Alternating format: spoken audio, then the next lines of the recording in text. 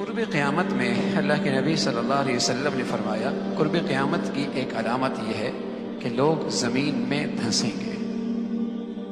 اور عائشہ رضی اللہ عنہ فرمانے لگی یا رسول اللہ کیا جب اس امت کے اندر بھی ہوگا؟ فرمایا ہاں، اس امت کے اندر خسف بھی ہوگا، چہروں کی شکلیں بھی بدل جائیں گی اور آسمان سے پتھر بھی برسیں گے۔ پہلی امتوں میں تو یہ تھا کہ پوری امت اس عذاب میں شریک تھی، لیکن اس امت میں پوری امت پہ نہیں ہوگا، انفرادی علاقے، محفلیں، بعض جگہیں، بعض مقامات زمین میں دھنس جائیں گے، شکلیں ان کی مسخ ہو جائیں گی اور آسمان سے پتھر ہوں گے۔ تو عائشہ فرمانے لگے یا رسول اللہ انہلک وفینا الصالحون، اس امت کے نیک لوگ بھی موجود ہوں گے پھر بھی یہ ہلاکت ہوگی؟ فرمایا ہاں، اذا ظہر الخبث، جب گندگی زیادہ ہو جائے گی تو پھر اللہ کی یہ پکڑ آئے گی۔ پھر رسول اللہ صلی اللہ علیہ وسلم نے اپنی زبان میں بتایا کہ یہ خسف کب ہوگا، زمین میں دھنسنا قرب قیامت میں کن گناہوں پر ہوگا؟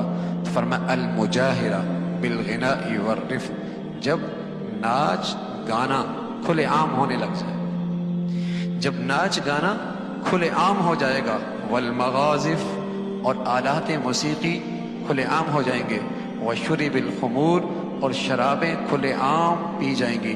عمران ابن حسین فرمانے لگے رضی اللہ تعالیٰ عنہ رسول اللہ صلی اللہ علیہ وسلم نے فرمایا فی هذه الامہ خسف ومسخ وقذف، اس امت کے اندر بھی زمین میں دھنسنا ہوگا، شکلوں کا مسخ ہونا ہوگا، آسمان سے پتھروں کا بارش ہوگی، لیکن کب یا رسول اللہ؟ مسلمانوں میں ہوگا۔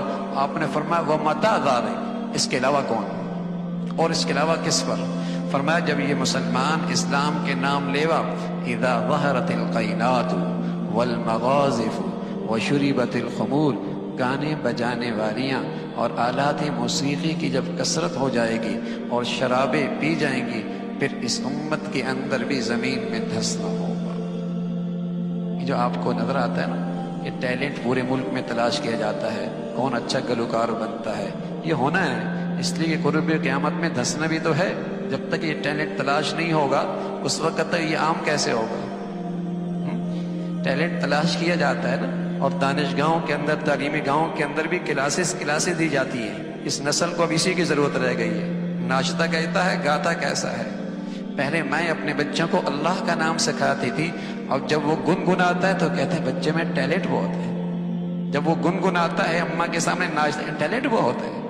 پہلے میں بسم اللہ پڑھاتی تھی، اللہ کا نام سکھایا کرتی تھی، اللہ کی بات سکھایا کرتی تھی، پوری کوشش ہوا کرتی تھی ماؤں کی کہ بچے کی زبان سے سب سے پہلے اللہ کا نام لے، اور اللہ کرے اس کی برکت سے آخری کلمہ بھی اللہ کا نام کا ہو اور اللہ کے نبی کی بشارت ملے کہ سیدھا جنت میں چلا جائے۔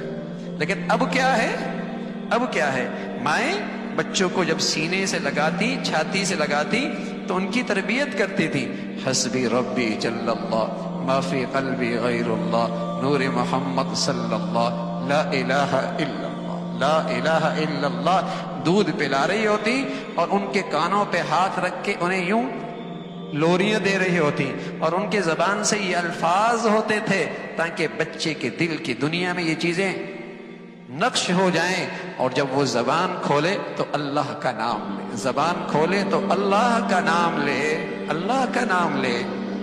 اور آج میرے عزیزو، ابھی اس کی 2.5 سال کی عمر نہیں ہے، 3 سال کی عمر میں آپ نے تعلیمی ادارے میں بھیج دیا، وہاں اسے موسیقی کی کلاس سکھائی جا رہی ہے۔ کیسی بدنصیبی ہے، عقل پر ماتم کیجئے، لاکھوں روپے بھی دیجئے اور اپنی اولادوں کو بھی ان کے حوالے کیجئے، ہاں لاکھوں روپے بھی دیجئے اور اپنی نسل کو، اپنی اولادوں کو بھی برباد کیجئے، پیسہ بھی دیجئے اور اس اولاد کو اپنے لیے وبال بھی بنائیے۔ کیا دولت تھی اولاد جو مسلمانوں کے لیے صدقہ جاریہ تھی، اور بہترین زندگی کی صلاحیتیں اس کے اندر پیدا کرنے کا موقع تھا۔